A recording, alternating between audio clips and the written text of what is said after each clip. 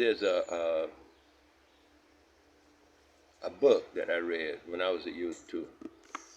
It was by a guy called Louis L'Amour.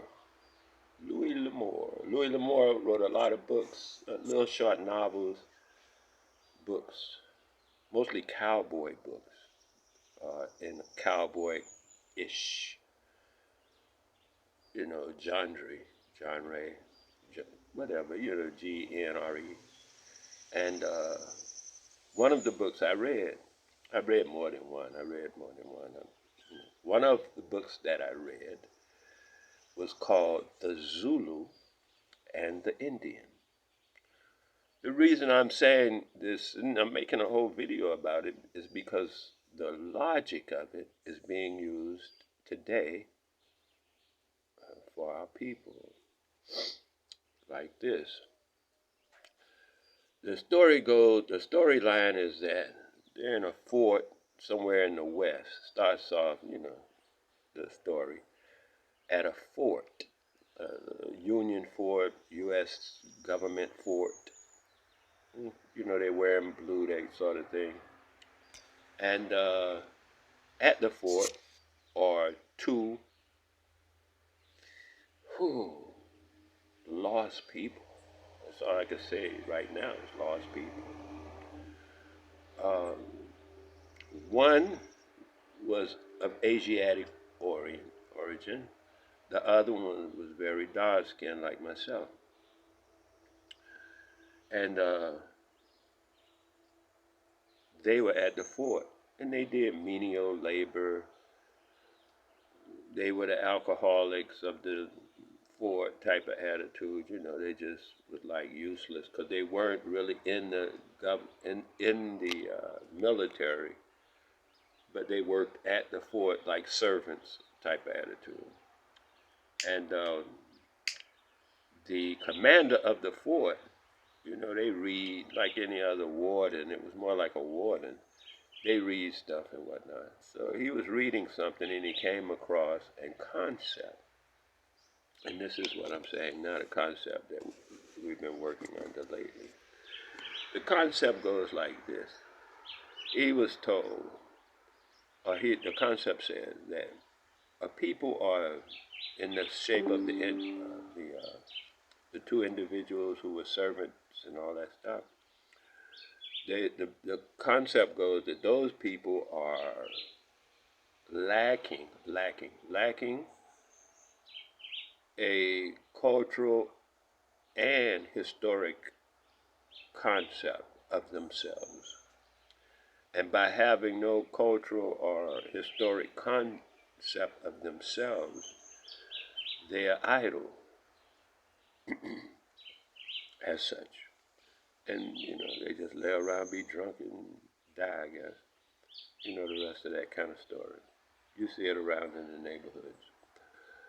The concept was to give them an historical and cultural identity they can latch on to and use as a buoy in the water of life, in the ocean of life. They can, that flotation device or something to keep them above water so they don't just go into depression, but something enough just to keep them above, and it's like throw them a life preserver, whatever that thing is with air in it. And you can hold on a little longer.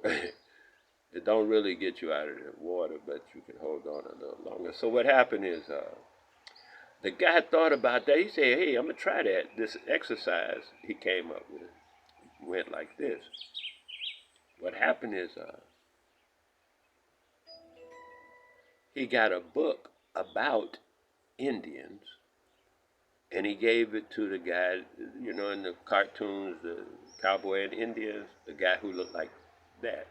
He gave that one the Indian book about Indians, talk about who the Indians were, what they did, their accomplishments and shit. And he looked up and found something in his library that had something resembling the dark-skinned guy.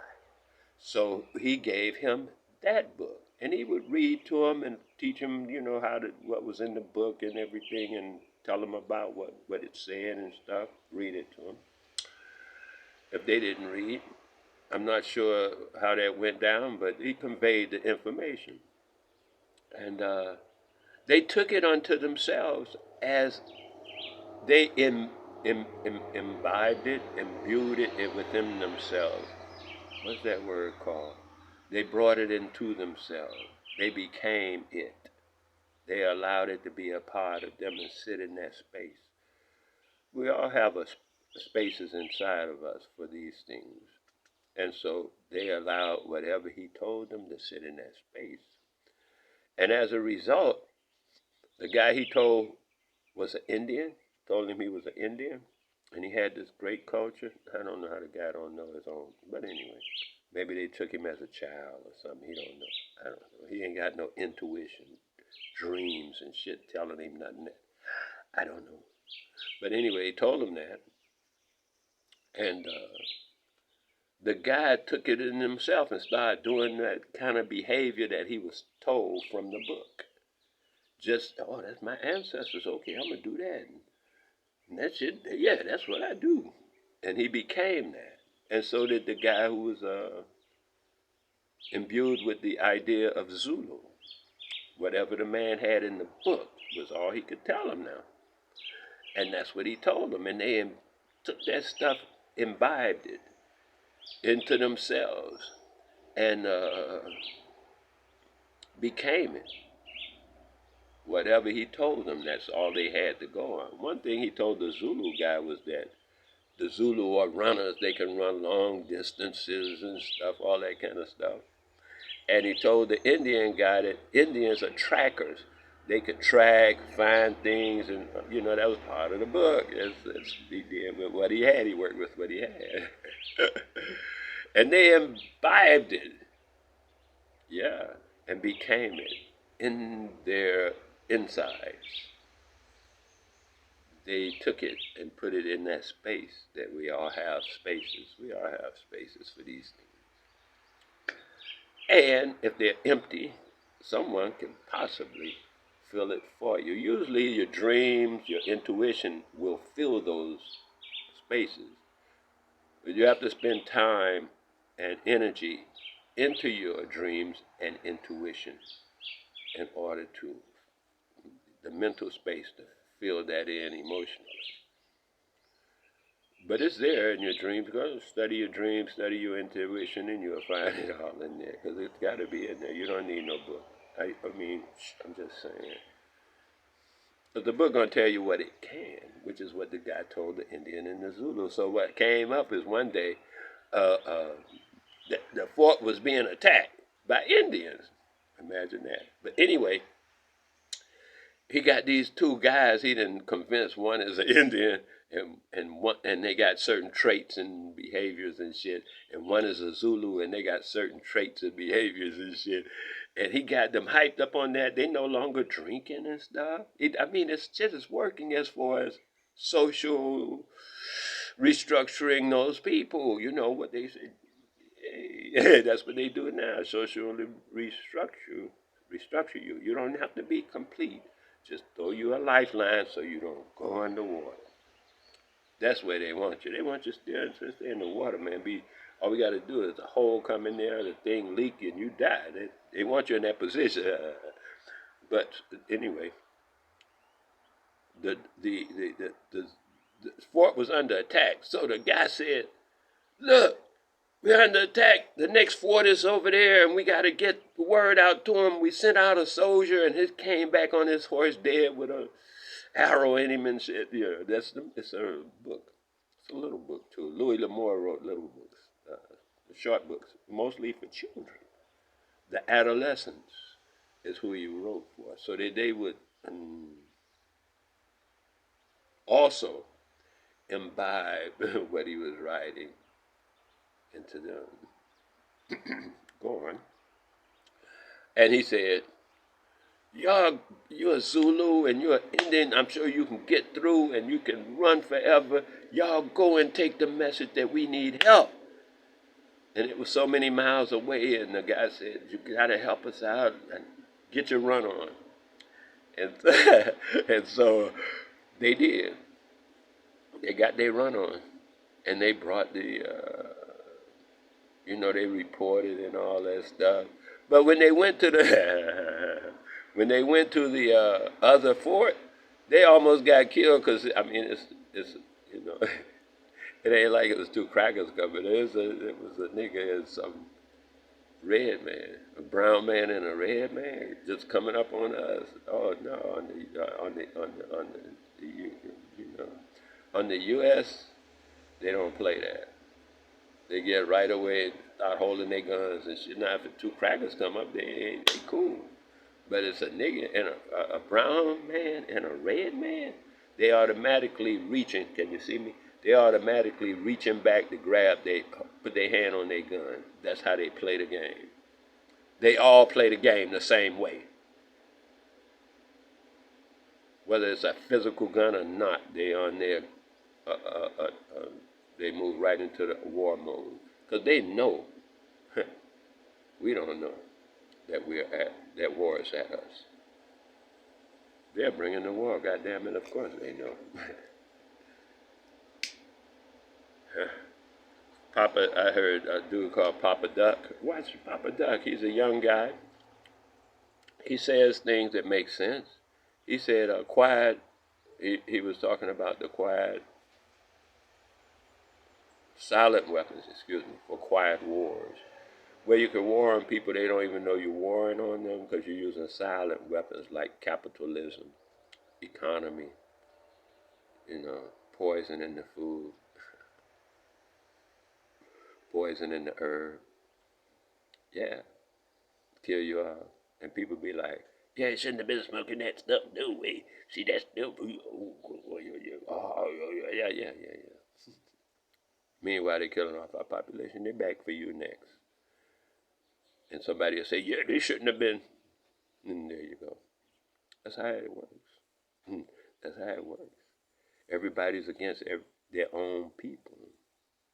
We're in this thing now where they're telling us all we are from Africa. Everybody's from Africa. And it's the same concept of the Zulu and the Indian. That book. That's why I brought it up. I guess you got it by now. Just like they tell the Chinese to say, a narrative is called. And people live through it. Like I hear people talking about Adam and Eve, and them. I'm a Hebrew from a book. It's a narrative. It's a story. It's just like, it didn't never have to happen. It might have happened. It might not. I don't know. You see me? I don't know. But I don't care. It's a narrative in a book. Get out of here. We're living now. What's happening now, we're totally ignoring by pigeoning ourselves to a narrative in a book, just like the Indian and the Zulu. They were told just enough to run on some information from a book. About 10 or 12 things the guy was able to tell them. And that's all they had. But that was enough for them to pin their whole life on it, like the Back to Africa shit, pin their whole life on it, like all these other things they got people running around on. And others are making buku cash. Y'all don't even use buku no more. The others are making buku cash on this information trash. They're making buku cash on the information trash. Information is information. Listen to me, the words. And I'm not talking about knowledge. I'm not talking about understanding, wisdom, all them kind of words. I say information is boundless. You can't capture it all in your lifetime with no kind of machine or nothing else. You can't capture all the information. The information is boundless. Grab trash of it. And I know stuff that a lot of people don't know. But a lot of people know it too. But if I sell it to the people who don't know, they'd be like, oh man, look at him. He's a bright guy. So this is what I'm saying about the Zulu and the Indian. You can take a narrative and become the narrative. Just like a lot of people take whatever historical whitewashing and they think that's their history. Whatever historical whitewashing it is. Indian in India, or Hindustan. It ain't even India. The place is Hindustan. The cracker named it India, and the Indians say, "Oh, okay, we Indians." That's what the cracker say. Oh, y'all Africans, and we say, "Oh, yeah, yeah, yeah, we Africans." Whatever you say, boss, but it's a slavery in there. When you know you're a prisoner of war, you be like, you can do that same thing, but you know you ain't playing in that game with them. That's just a game they playing. And when you leave and go home, you teach your children the real deal. Yeah. And you do teach your own children. Who, who? We back to who. And if you said what, it wouldn't even be a question. But who says their children to their perceived enemy to be educated? That's what Papa Duck, D-U-C-K, Papa Duck. I'm saying, check him. He got ideas and thoughts worth the youth listening to, the old people, whoever. You know, he got a different style. Hey, do your thing. Who, right? What is more important? And right now, yeah, next time we'll be at it. One love.